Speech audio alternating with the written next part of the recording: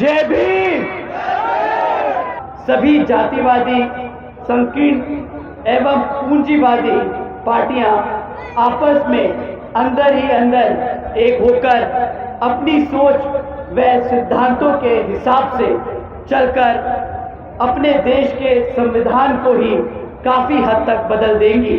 आप अब सब यहाँ कांग्रेस, बीजेपी व इनकी सभी संयोजक पार्टियों को सत्ता से बाहर जरूर निकाल कर फेंकने का काम आप सभी मिलकर करने वाले हैं। ईवीएम में अपनी पार्टी के हाथी चुनाव चिन्ह के सामने वाला बटन को दबाकर अपने उम्मीदवारों को जरूर जिताना है। जय भीम। मैं समझ सकता हूं कि आप काफी देर से इंतजार कर रहे हैं, परंतु बाबा साहब ने भी कई वर्षों तक संघर्ष किया। मान्यवर साहब श्री काशीराम जी ने भी कई वर्षों तक संघर्ष किया। आदरणीय बहन कुमारी मायावती जी आज तक दिन रात आप सभी के लिए संघर्ष कर रही हैं, परंतु जब जय भीम बोलते हैं तो दिल से बोलते हैं। तो साथियों, आप सभी को मेरा दिल से आप सभी को जय भीम।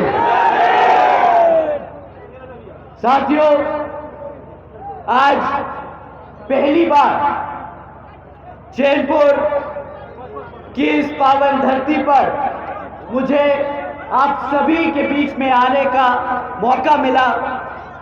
इससे अच्छा दिन मैं नहीं समझता कि हो सकता है।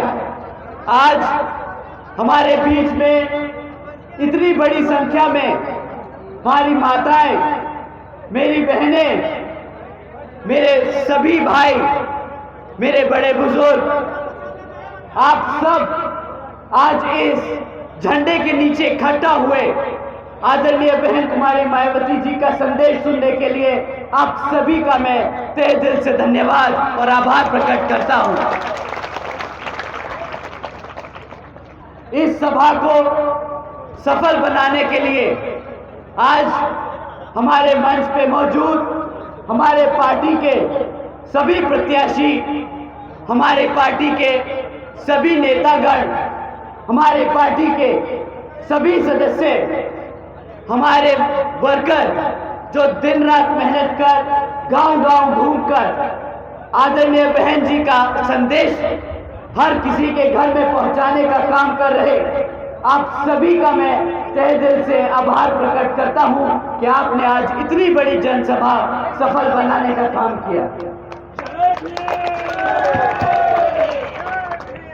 साथियों, आप लोग मुझे सुनने आए, इसलिए आप लोग मुझे सुनने के लिए यहाँ पहुंचे हैं, तो उसके लिए मैं आप सभी का बहुत बहुत आभारी हूँ। और जिस उद्देश्य से आप लोग यहाँ पहुंचे हैं, तो उसके बारे में वैसे आप लोगों को ये विदित है कि यहाँ बिहार राज्य में जल्द ही विधानसभा के आम चुनाव होने वाले हैं, और इस संबंध में मैं आप लोगों के हित व कल्याण में आपको जागरूक करने के खास मकसद से कुछ जरूरी बातें आप लोगों के सामने रखना चाहूंगा।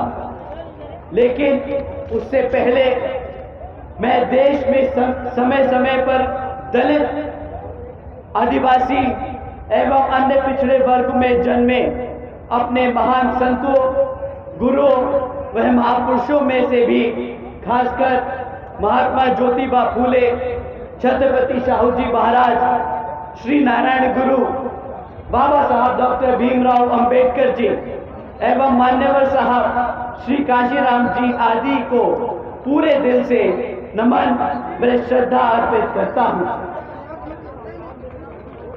जिन्होंने अपनी पूरी जिंदगी इन वर्गों के लोगों को अपने पैरों पर खड़ा करने के लिए समर्पित की है, और जिनके बताए हुए रास्ते पर चलकर अब आदरणीय बहन जी के नाम से आम लोकप्रिय आदरणीय बहन कुमारी मायावती जी का भी मैं पूरा आदर सम्मान करता हूं।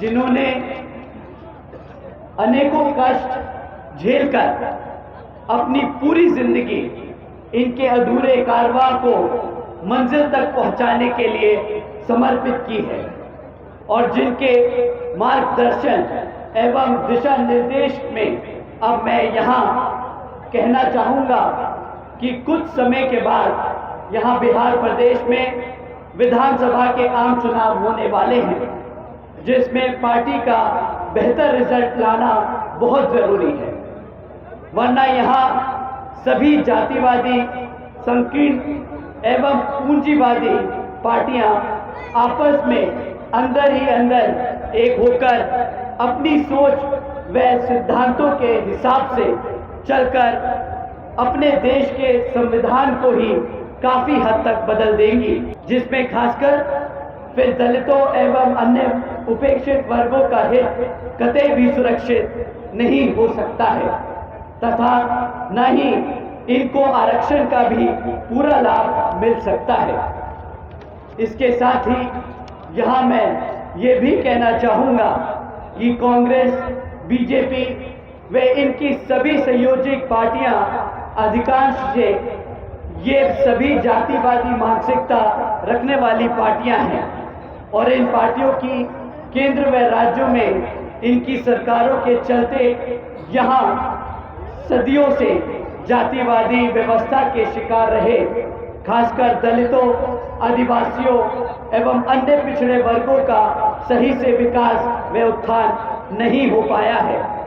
इसके साथ साथ इन पार्टियों की संकीर्ण एवं पूंजीवादी सोच के व सिद्धांत आदि होने की वजह से भी यहाँ सब समाज में से गरीब व मुसलमान एवं अन्य धार्मिक अल्पसंख्यक समाज के लोगों को भी आर्थिक तरक्की, उनकी आर्थिक स्थिति में भी आज तक कोई सुधार या बदलाव नहीं आ पाया है। साथ ही इनकी गलत नीतियों के कारण यहाँ सब समाज में से गरीब, मजदूर, किसान, व्यापारी व अन्य मेहनतकश लोग भी अपनी खुशहाल जिंदगी बसा नहीं पाए हैं, जबकि देश में बीएसपी ही एकमात्र ऐसी पार्टी है जो इन सब मामलों में इनको बेहतर व खुशहाल जिंदगी दे सकती है।